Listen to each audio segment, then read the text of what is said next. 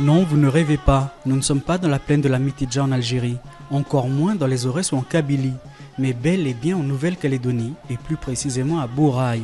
Mais que se cache-t-il derrière ces images et graffitis qui ornent l'enceinte de la mairie? Pour en savoir plus, nous sommes allés à la rencontre de Jean-Pierre Taillé-Baïfa, premier magistrat de la ville et descendant d'Algériens. Parce qu'il remplace M. Hugon et puis on lui a envoyé un courrier en disant que eux nous ont envoyé un courrier en disant qu'il ne ferait plus aucune prestation. Cette ligne qui va sortir le terrain, elle va être certainement supprimée quand on va avoir la maison de retraite ici, pas que la maison de retraite. Ok, on va faire ça. On va faire ça, c'est la rouge. Ok. Et puis normalement. Concernant les descendants des Arabes en Nouvelle-Calédonie, Algériens, Tunisiens, Marocains, nous sommes plusieurs milliers. Milliers, pourquoi? Parce qu'il y a 5 générations. Le premier Arabe arrivé en Nouvelle-Calédonie, c'est 1864. Jusqu'à 1867, il y a quelques centaines d'Arabes qui rentrent. Ensuite, il y a un arrêt et ça repart en 1870. On s'est rendu compte qu'il y a beaucoup de gens qui ont fait des recherches généalogiques. Et entre autres, des Kanaks. Des Kanaks du Nord, des Kanaks de Bouraï qui ont fait des recherches généalogiques. Ça veut dire quoi ça? Ça veut dire que quelque part, nos vieux célibataires arabes qui étaient restés célibataires, qui sillonnaient la côte avec les tours de côte, donc avec les bateaux qui approvisionnaient des coins comme Pueblo Pitou, eh bien, ils ont quelque part laissé leurs graines. Nous, les chiffres qu'on avance, certainement entre 15 et 20 000. Parce que si on regarde des familles, quand on regroupe des familles, par exemple, quand on prend les familles Miloud, vous rentrez chez les Kanaks. La première, Madame Miloud, était une Kanak.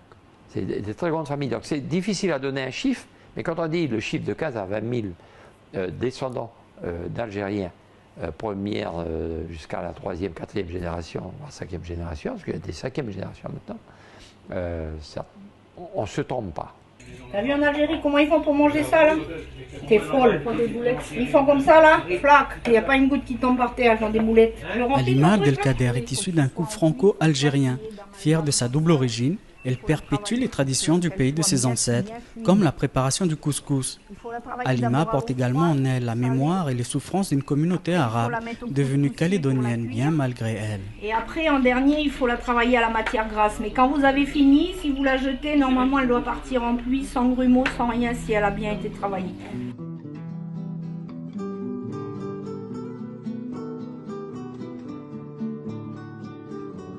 Parce qu'ils ont été transportés ici, qu'ils aient fait des crimes, des délits, ou pas des crimes, des délits, on aurait très bien pu les laisser faire leur prison dans leur pays.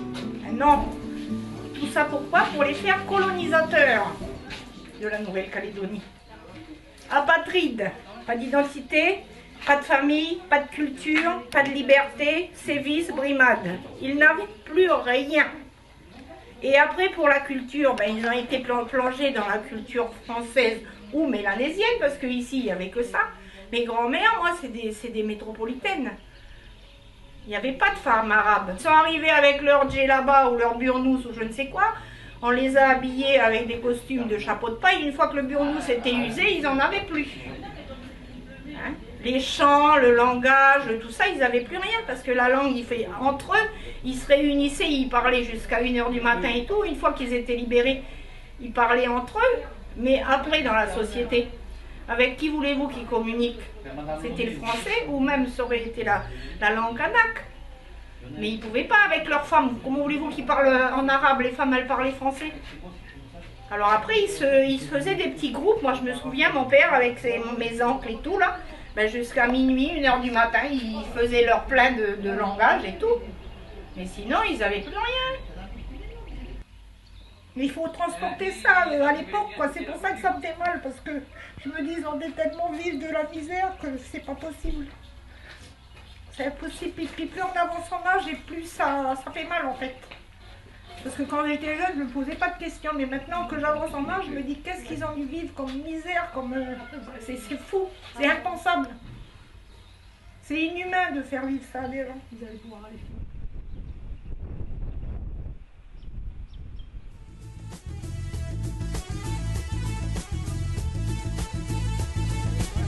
Alors Bouraï, ville arabe?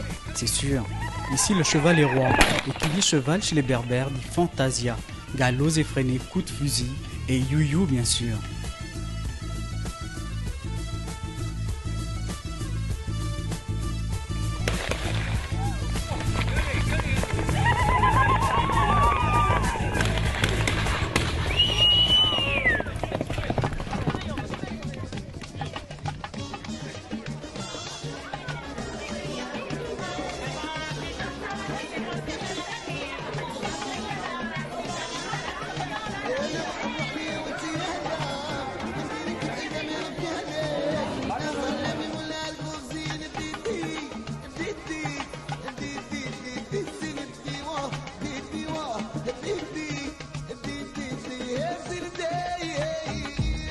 Bouraï l'arabe, Bouraï la berbère, Bouraï ville aux 100 visages, Bouraï la métisse. Qui peut mieux en parler que Christophe Sand, anthropologue calédonien aux multiples ascendances? On l'appelait la vallée du malheur, ça dit tout. Les gens ici survivaient plus qu'ils ne vivaient. Et donc c'est créé une espèce de bulle ici avec le maintien des traditions. Quand vous êtes dans une situation de survie, en fait, il faut bien vous rattacher à quelque chose. Et ce quelque chose, c'est de se construire sur cette survie une légitimité d'une part, et puis une fierté pour aller de l'avant.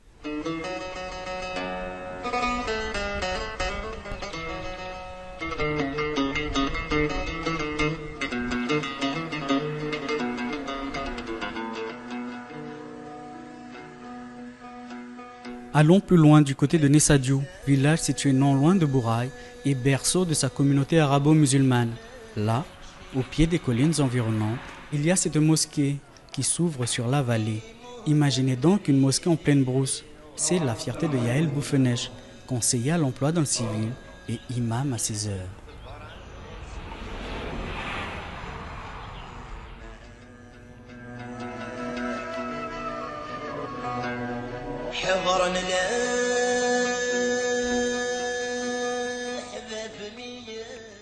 La mosquée de Bouraï, elle a été construite en 96 et elle a été ouverte en 98. Avant que la mosquée soit construite, donc on priait dans le local près du cimetière, où il y a une salle là où on fait les coutumes, là où on organise notre vie communautaire. La communauté musulmane de Bouraï, chacun en fait suit un peu à sa manière. Hein. Il y en a qui suivent la religion un peu plus, on va dire, dans les dogmes, et d'autres qui sont simplement croyants et qui participent à la vie communautaire sur Bouraï, mais qui ne sont pas forcément très pratiquants. Mais tout le monde se retrouve dans cette communauté autour de la mosquée en fait.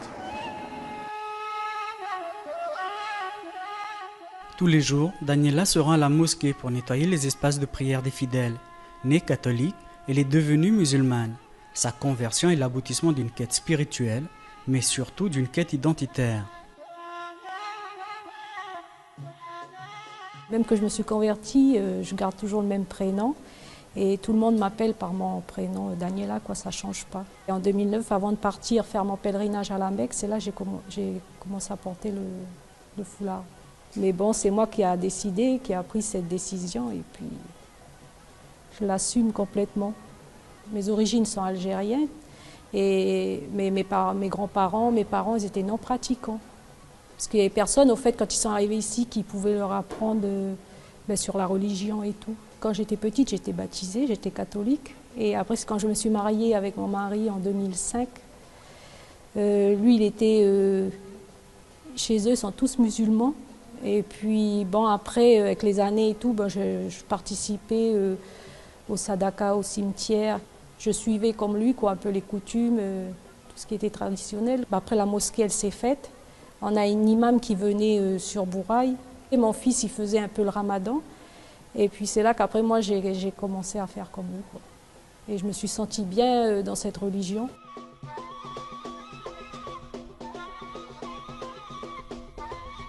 Cette quête identitaire, si caractéristique de l'islam bouraïé, nous la retrouvons également dans l'apprentissage du Coran et de la langue arabe, qui fait de plus en plus d'adeptes. C'est ainsi que dans une pièce attenante à la mosquée, un imam venu spécialement de Nouméa apprend aux jeunes musulmans à réciter les sourates et les hadiths.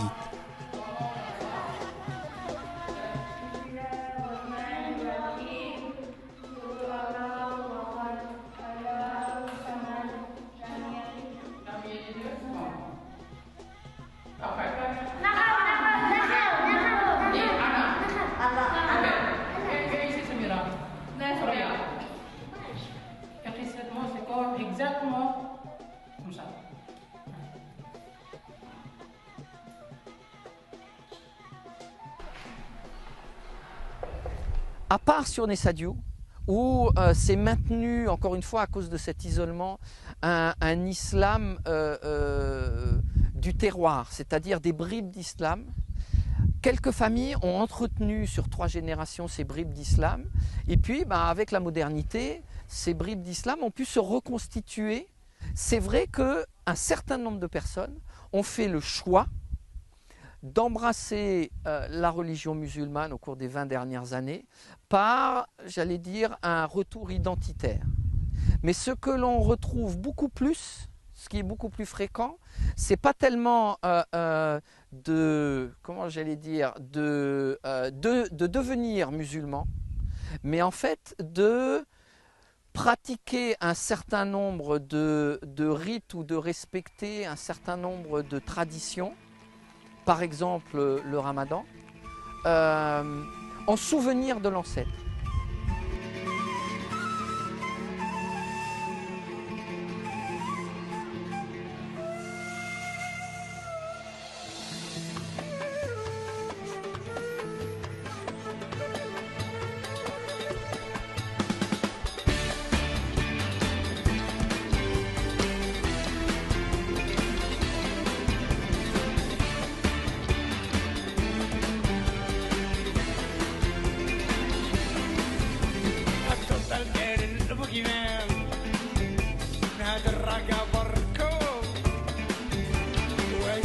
هذا الفوضى بدر في صحراء يسير الشيخ سوق القضيات عرفت سطر الفيل كذب انا